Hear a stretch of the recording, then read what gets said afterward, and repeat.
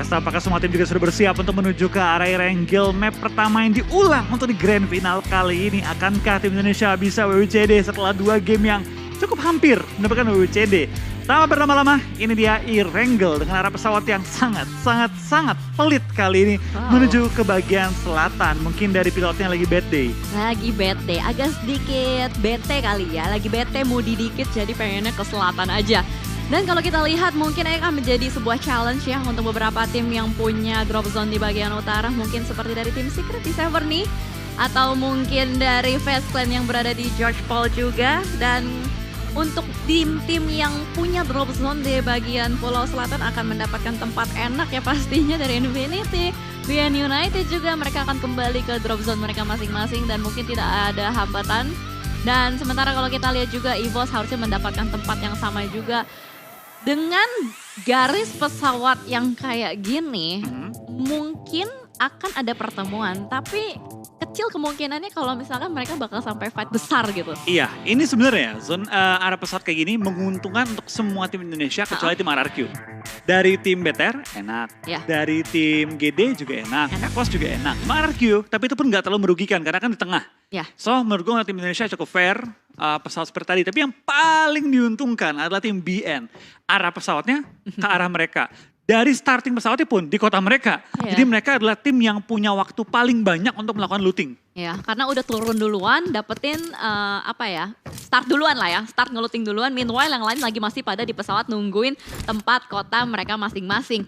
Dan mungkin kalau kita lihat juga mereka tadi di match pertama agak sedikit, wow tapi ternyata kita harus bertemu juga antara Geek dan tim Secret yang maka langsung main begitu saja. Fredo yang sudah mendapatkan senjata terlebih dahulu berhasil untuk menumbangkan seorang Snaps. Iya, tampaknya dari Geek kali ini lagi-lagi tertangkap di awal permainan. Di game sebelumnya berperang dengan tim RRQ, kali ini bertemu dengan tim Secret yang kayaknya nggak nyampe ke arah Sever nih. Mereka turun sekarang untuk melakukan scrapping, cari kendaraan. Malah bertemu dengan tim Geek Farm juga yang malah beradu peluru dengan cukup perih di awal-awal. Kehilangan satu member tentu menjadi tantangan kembali untuk tim Geek Farm. Game sebelumnya kehilangan QB, sekarang kehilangan satu member lagi. Tapi ini yang gue suka dari tim Secret. Mereka nggak semuanya turun. Mereka seorang kid, terbang di atas, memastikan informasi sekitar. Ada orang, sini orangnya, posisi sini. Jadi mereka gampang untuk melakukan defense ataupun nge-lock. Sekaligus cari kendaraan, nandain kendaraan. Iya. Ada mata elang ya di atas ya. Elang. Boleh banget, tapi itu memang salah satu strategi juga sih. Kayak kita main klasik juga ya. Kalau misalkan kita mau turun di satu kota pasti ada yang unfollow untuk terbang agak sedikit lambat di bagian atas untuk mencari informasi tim musuh mana aja yang ngambil area mana aja. Jadinya ada mata elang menjadi informasi yang penting juga supaya nanti yang udah turun duluan di lantai tahu gitu loh setupnya seperti apa. Ini kenapa ini? Ada ngedet dikit tadi kayaknya. Oh kirain ada dikit, ya. Nggak apa. Tapi gue suka loh logika dari tim Secret. Masa gini, mereka kan cuma ngambil looting satu area rumah. Betul. Gak mungkin berempat bisa looting rame-rame. Buat apa empat-empatnya turun? Mending satu orang mengamankan badan dia, terbang di atas, sekaligus juga membuka informasi bagi teman-teman. Nah itu menurut gue udah high IQ play banget. Iya. Keren sih ya dari setup tim Secret itu. Dan kalau kita bergeser juga kepada school area di mana masih dengan RRQ yang terus-menerus mengambil drop zone di bagian sana dan lagi-lagi pick viewers milestone. Gak bosan-bosan kita mengingatkan teman-teman semua untuk terus meramaikan lagi Grand Final PMPL SEA Championship Season 4 ini supaya semakin seru lagi dan ada banyak sekali hadiah-hadiah yang bisa kalian dapatkan kalau tembus dari milestone-nya itu.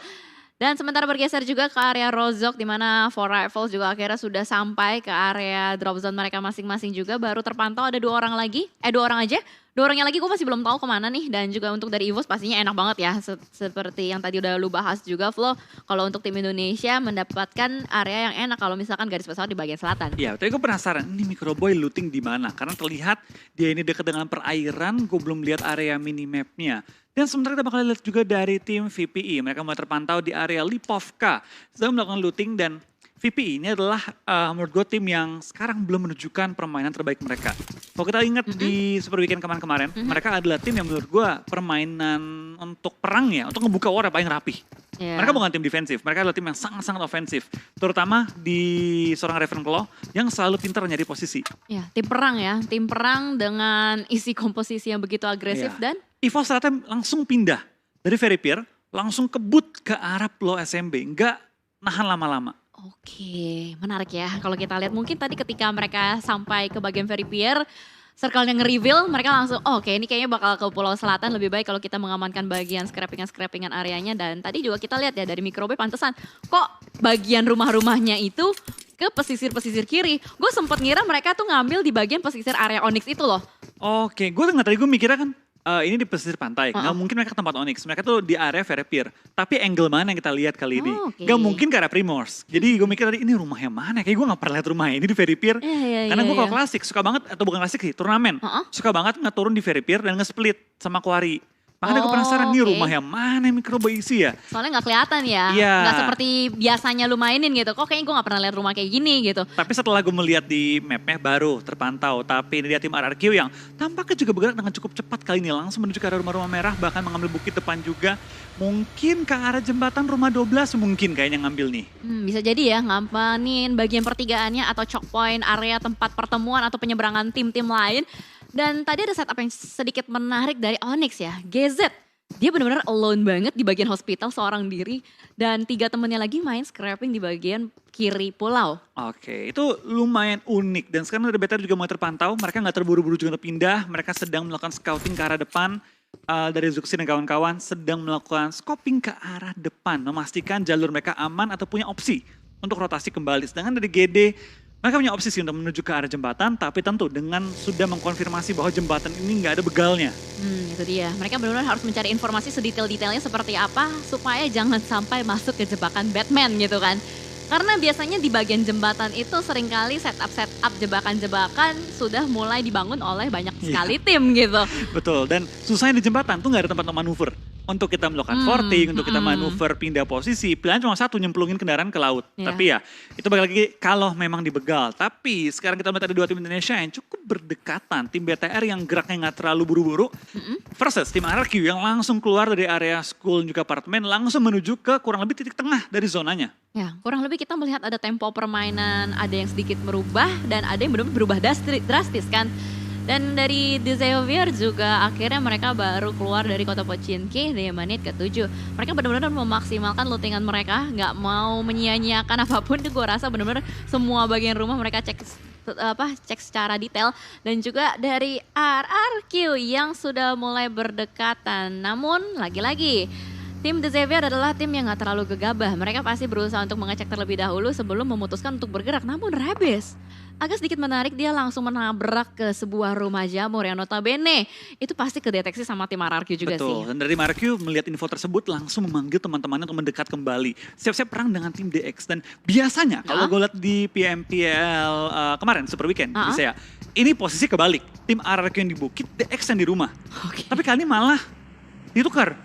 Tim RRQ yang di rumah, gantian tim DX yang mengambil perbukitan. Mungkin karena tim RRQ tadi mengambil 1 langkah lebih cepat. Dan Rabis pun tertembak, kali ini membuat dia cukup low dan sekaligus memberi informasi bahwa ada orang di rumah, hati-hati. Rabis mau tarik mundur juga berat, karena itu begitu open space-nya. Dan untuk nge-backup agak sulit, karena berbagai rumah dapat diisi oleh tim RRQ. Sedangkan dari tim RRQ juga dalam bahaya. Kalau sampai Rabis bisa ngenokin 1 player, itu bakal di-rush langsung sama tim DX. Jadi sama-sama nge-lock ini. Sama-sama nge-lock satu sama lain dan dua-duanya mempunyai resiko yang tinggi lah ya, ibaratnya seperti itu. Dan Vampire, gue agak sedikit terkejut juga 1 player, Mas Kumis kalau kata Sansku ya. Ravenclaw mengambil jalur air juga dan ternyata mereka melakukan rotasi melalui air. Dan ternyata tidak disangka-sangka dari The Xavier pun mereka sudah mulai merapat kembali juga. Sudah mulai berani untuk membuka tembakannya. Dan kali ini adalah sebuah circle yang cukup tricky, masih 50-50. Di main islandnya kena, di Sovnovkanya juga dan kena. Gede areanya. Nah itu dia, ini benar-benar menyulitkan banget sih untuk semua tim. Kalau tebakan gua, ini bakal ngambil deket area rumah 12, tapi di tengah-tengah air. Jadi di 50-50 lagi. Tapi di bagian pulau utama dapat, di bagian SMB pun dapat. Tapi 50-50, dipisahkan oleh air. Kalau udah kayak gitu, tim yang tumbang bakal lama banget. Karena berenang-berenang semua di laut. Benar, itu bakal susah banget sih. Dan ini benar-benar sebuah circle yang challenging banget buat semua tim. Harus berputar otak, setup apa yang terbaik yang bisa mereka lakukan. Kira-kira lebih baik untuk rotasi cepat atau rotasi lambat, kita nggak pernah tahu gitu loh. Karena dengan setupnya seperti ini kita nggak bisa membaca pikiran lawan juga kan seperti apa. Mau main reverse psychology juga bingung. Kalau mau titik tengah, tengahnya air. Kalau kita mau pinggir pasti rame. Nah itu kemana kita akan menahan. Dan itu ya tantangan dari pro player PUBG Mobile. Karena selain mikirin timnya, mereka harus pikirin 15 tim yang berbeda. Uh-uh. 60 player dengan pikiran yang berbeda-beda juga. Jadi Itu. challenge-nya tuh besar banget bagi tim pro atau player pro dari PUBG Mobile. Pola pikir orang kan kita nggak bisa tebak ya. Pikiran pasangan aja kita nggak bisa tahu. Iya, pikiran doi aja kalau tanya mau makan apa-apa aja kita nggak tahu. Iya. Apa aja tuh apaan. Apalagi 60 orang yang berbeda. Makanya ini Kan tanya benar-benar. kan mau makan apa aja kita nggak tahu. Jadi dia mau makan apa nih? Mau makan apa terserah biasanya. Oh ya Terserah. udah terus kita udah nentuin ya misalnya makan ayam aja deh nggak Kok mau. makan ayam sih? Kan udah kemarin ayam. Ya udah deh makan nasi uduk aja. Nggak gendut gitu Terus makan biasanya. apa? Apa aja? Kembali lagi ya ke titik utama. Iya. Dan sementara juga kalau kita lihat semua tim nih lagi bener-bener berusaha untuk mencari nih decision mana yang paling baik untuk mereka semua. Karena semuanya masih pada berputar-putar juga. Jarang kita ngelihat tim yang udah bener-bener dapetin checkpoint nyaman terus mereka bener-bener stay di satu tempat gitu loh Flo. Tapi dari Face, gue suka nih, mereka nggak terburu-buru pindah. Mereka tahu bahwa ini zona yang resikonya gede banget. Ya? Tentu mereka punya kayak ibaratnya gambling 50-50. Heeh. Mereka nggak mau gambling, mereka santai aja. Gue nggak mau buru-buru, biarin semua orang tuh tumbang-tumbangan. Gue di pinggir zona aja dulu. Tunggu zona bentuk ke arah mana, baru gue pikirin. Tapi tentu kalau zona sampai ke SMB, ini tantangan bagi tim Face Clan. Iya. Karena zonanya ini udah pasti dihuni cukup banyak tim. Sekaligus juga mereka ke lock out oleh tim-tim yang sudah set up terlebih dahulu. Ya, itu dia ya. Tantangannya pastinya dan semua decision, semua strategi itu pasti ada plus dan minusnya. Tergantung lagi apakah nanti circle-nya Korpai. memang berpihak sama mereka atau enggak. Tapi Korpai tarik mundur ya, dia mundur dengan gaya dan sedikit mencari informasi lagi dan lagi di mana saja mereka bisa mendapatkan. Namun kali ini di bagian Verifier, Onyx nampaknya mengutus satu playernya, Sky Only yang sudah mengambil di bagian dermaganya. Dan ternyata dari Genesis Dogmaster sudah mulai mendapatkan informasi kalau misalnya memang ada penyusup di bagian Verifier nih. Betul, terdengar peluru dilontarkan, belum tahu dari siapa, tapi dari Star pun sudah menjaga nih area ujung dari Verifier. Sedangkan dari tim Face sudah mendekat juga mengambil satu compound dekat dengan tim GD dan juga tim RRQ. RRQ kayaknya nge-split di arah rumah jamur dan juga ke arah pom bensin dan juga mercusuar. Oke, berarti bisa dibilang dari RRQ berusaha untuk mengamankan titik pertigaan jembatannya ya, berusaha untuk ngelok area yang sering dilalu-lalangi oleh tim-tim lain. Namun kali ini benar-benar ini circle yang annoying banget loh Flo. Ya. Gila. Ini masalah apa? Masih ngambil bagian pulau utama, ngambil juga di bagian SMB dan mayoritas air. Tapi nggak mungkin dong tim di awal-awal nyeburin diri mereka, Nggak kecuali mungkin. mereka punya first aid 30 gitu. Gak mungkin banget karena ini masih circle kedua juga. Jadi gak make sense banget kalau misalkan mereka udah decide buat ya udahlah kita nyemplung aja. Dan sementara kita lihat begitu banyak tim yang berusaha untuk mengambil dari jembatan kanan yang sudah bermain di belakang sana. Tim Secret berhasil untuk mengamankan satu player di depan sana. Refrag pun terjadi. Saling menumbangkan satu sama lain tapi Parajin, Eagle Esport nampaknya juga tidak mau kehilangan momentum dan timing. Langsung saja menembaki satu persatu player-player dari tim Secret. Oh tapi sambil ada pemenggalan ternyata Onyx yang pengen untuk mendapatkan player dari tim GD ditabrak. Waduh. Sama lawan yang berbeda Axis kali ini. Dan dari tim Onyx dan juga dari GD kaget. Ada lawan lagi yang berbeda muncul. 3 tim di area yang sama. Foki pun di belakang karena lobby dengan backup dari seorang Sembai. Faris pun ditumbangkan kali ini. GZ lagi ngebuka vision ke arah depan. Dia punya cover di kendaraan tapi nggak banyak cover yang dia punya. Kacang susu pun tinggal kali bertahan di bagian gunduk-gundukan juga. Mika terspot juga oleh Jeff, spray down dilakukan. Tapi Mika akhirnya memutuskan untuk langsung nyelam dan menyelamatkan diri dia di perairan. Kacang susu tertinggal di belakang. Iya, mau tidak mau tapi kacang susu juga tertembak oleh seorang Sembai yang mengambil posisi di bagian dermaga.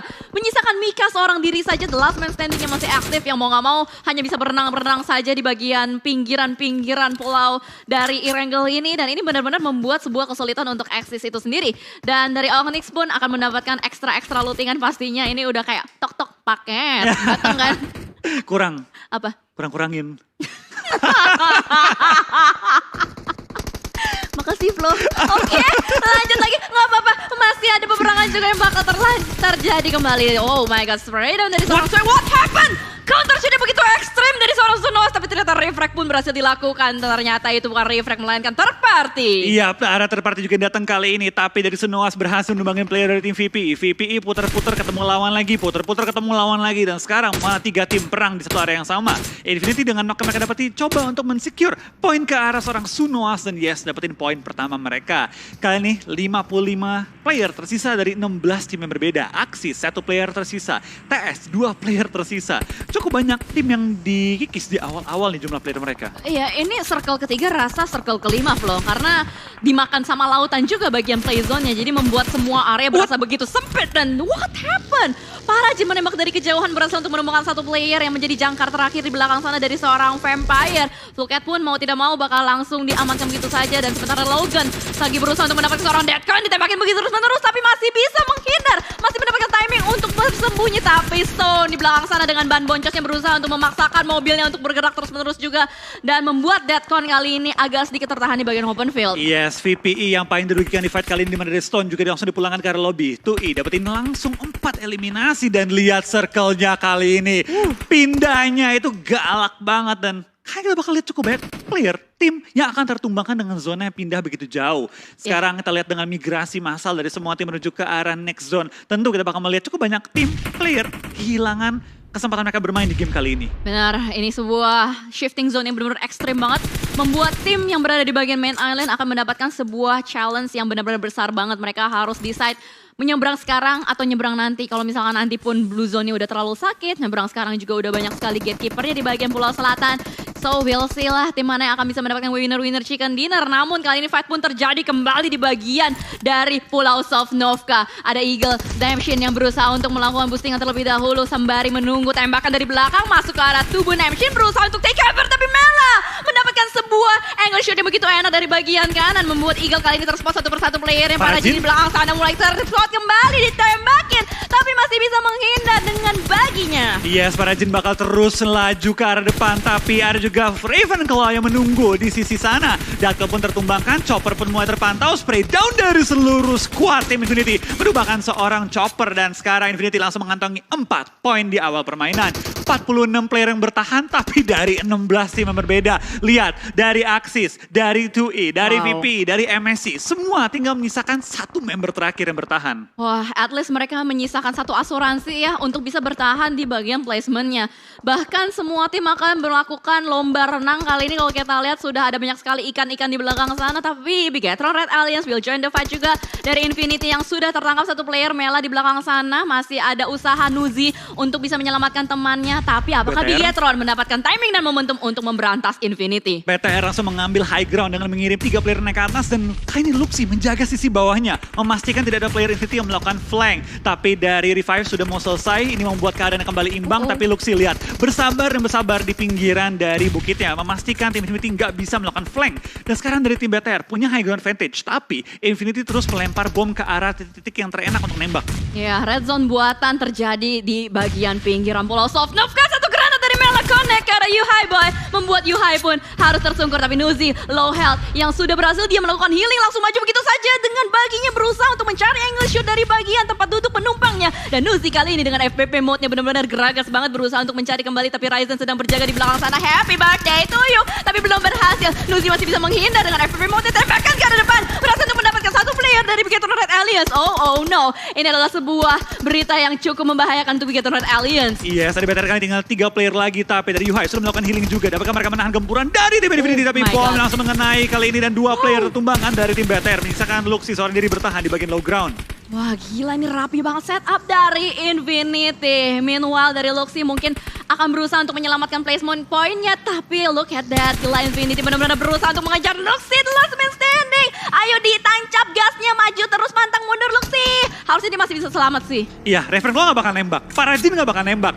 Gue nembak, gue ketahuan sama tim di atas. Dan sekarang dan Luxi bertahan di balik batu. Tapi gak bisa bertahan lebih lama lagi. Nice try bagi tim Bigetron tadi. Bertemu dengan tim Infinity membuat mereka cukup sulit untuk laju di game kali ini. Wah gila itu gokil banget Infinity sih benar-benar rapih banget dan ternyata wow ini dia 2 tim Indonesia yang harus bertemu. Ada RRQ, Ryu dan juga Genesis Dogma. Satu player berhasil diamankan tapi harusnya masih ada waktu ya untuk Genesis Dogma membangkitkan temannya. Namun Ravenclaw The last man standing kali ini benar-benar barbar banget. YOLO movement masih bisa bergerak, masih bisa mendapatkan play zone-nya di bagian titik tengah bener-bener digas abis-abisan nih, bensinnya masih banyak atau enggak, masih bisa selamat juga, bakal bertemu sama tim lain apa enggak gue gak tahu itu. Iya, tapi lihat dari Booms kembali knockout lemparan bom begitu jauh, mantul, dan untungnya belum menumbangkan Booms. Karena baik lagi kita nggak pengen lihat tim Indo fight di awal-awal. Ini benar-benar menegangkan sekali ya, dan kedua tim ini berusaha untuk mengamankan bagian bibir zonanya. Jadi kita akan fokus juga dengan Logan yang mau gak mau akan close combat juga dengan para Jin di depan sana, dan ternyata lihat itu backup dari Infinity bener-bener gila banget, 9 elimination udah dikantongin. Iya, dan sekarang kita lihat tim dengan player-player solo one by one mulai dipulangkan ke arah lobby. Tapi di lain sisi, EVOS adalah tim yang posisinya paling enak. Tengah-tengah zona banget dan tinggal menjaga area mereka. Tapi Jasper, last player dari tim MSC, bakal bertemu dengan Infinity. Di mana satu player mereka tertumbangkan, Mela. Lemparan bom kedua dilempar juga ke arah seorang Nuzi. Meledak tapi dari satu player mereka mundur. BN join the fight kali ini, mana dari Nuzi ditumbangkan. Jasper, katanya ada temen untungnya di belakang gua kali ini. Tapi seberapa lama mereka bakal jadi temen gua. Wildcat pun tertumbangkan, langsung diincar juga oleh seorang Gatuni. Dan lihat Infinity baru mulai masuk zona akhir. Sudah mengantongi total 9 eliminasi. Wah gila banget, ini Jasper tiba-tiba bawa abang-abangan, tiba-tiba langsung kebakar juga mobil dari Jasper meledak. BN benar-benar menjadi third party yang sukses antara Infinity dan juga Jasper. Well, Infinity yang terlalu agresif nampaknya kali ini harus kehilangan 2 playernya. Mau gak mau Logan harus berpindah, harus melakukan repositioning. Tapi dilihat dari kamera di kanan bawah, Genesis Dogma benar-benar berusaha mati-matian untuk mengamankan bagian pesisir pantainya nih, Flo. Iya, tapi bakal ada fight juga di mana dari tim FaZe bertemu dengan seorang Voldemort. Kayak tembakan jarak jauh, yes, jarak jauh dari high ground dilontarkan ke arah seorang Voldemort. FaZe kali ini masih dalam posisi yang cukup enak, 3 player juga masih bertahan dan punya high ground advantage menghadapi tim RRQ. Tapi dari FaZe perlu hati-hati dengan satu tim, yaitu Infinity yang punya angle shoot ke arah mereka. RRQ harus menahan gempuran ledakan bom yang dilontarkan ke arah mereka dari bagian high ground. Ya, at least mereka masih punya beberapa smoke dan beberapa vehicle yang mungkin bisa dimanfaatkan sampai ke circle berikutnya. Tapi kita lihat shifting zone-nya akan ke arah mana nih, bouncing-nya bakal ke arah mana. Sementara juga dari Genesis Dogma yang benar-benar berusaha untuk menjadi Baywatch juga ya. Ada Axis di belakang sana dan juga The Savior, ikan-ikan yang akan menjadi korban mungkin untuk Genesis Dogma itu sendiri. Tapi Genesis Dogma harus benar-benar berhati-hati karena posisi mereka tuh flat ground. Nggak ada obstacle yang benar-benar besar banget. Mereka punya smoke berapa banyak nih pertanyaannya. Iya, dan incaran mereka itu dari tim EVOS. Karena mereka tahu, ini mau nggak mau, dia harus maju ke arah gua. 4 player bakal maju ke arah gua. Nah, itu bakal dikunci habis-habisan oleh dari posisi tim EVOS. Dan benar saja Daybot pun ditumbangkan, tapi EVOS sedikit terlalu terbuka dari angle tim RRQ. RRQ pun lagi nunggu momen. Andai player EVOS dimajuin ataupun di knock, bakal terparty langsung. Ya benar. Karena ini 3 tim Indonesia berada di satu pintu yang sama. Dan ternyata Genesis Dogma player terakhir ke spot. Dan nice try juga untuk Genesis Dogma. Namun RRQ Ryu benar-benar tidak mau menurunkan temponya. Sudah mulai langsung tabrak aja ke bagian rumah milik EVOS. KF menyadari keberadaan penyusup di belakang sana. Langsung ditembakin, tapi what happened? Itu sebuah granat nampaknya yang connect ke arah player-player dari RRQ. Crowboy, granat di connect by one get one free, langsungnya menumbangkan Mort dan Asa. Yes, tampaknya dari RRQ tinggal misalkan Nerpeko pun dia tertumbangkan sekarang dari FaZe Clan join the fight. Dia tahu baru ada fight yang berlangsung, tapi dari tim EVOS katanya maju, gue belum ada yang kenok nih. Ya benar. Kalau mau fight, ayo, gue masih dalam posisi prima. Dan dari FaZe lihat lemparan smoke langsung dilontarkan ke berbagai angle yang berbeda. Coba untuk menutupi vision dari tim EVOS. Lemparan Molly pun dilempar dalam upaya membatasi pergerakan dari tim EVOS. Tapi Vin Torres yang tertumbangkan terlebih dahulu oleh tim EVOS, menyisakan 2 player dari tim FaZe yang kali ini bertahan. Wah ini gokil banget sih. Setup defensif dari EVOS benar-benar gokil banget.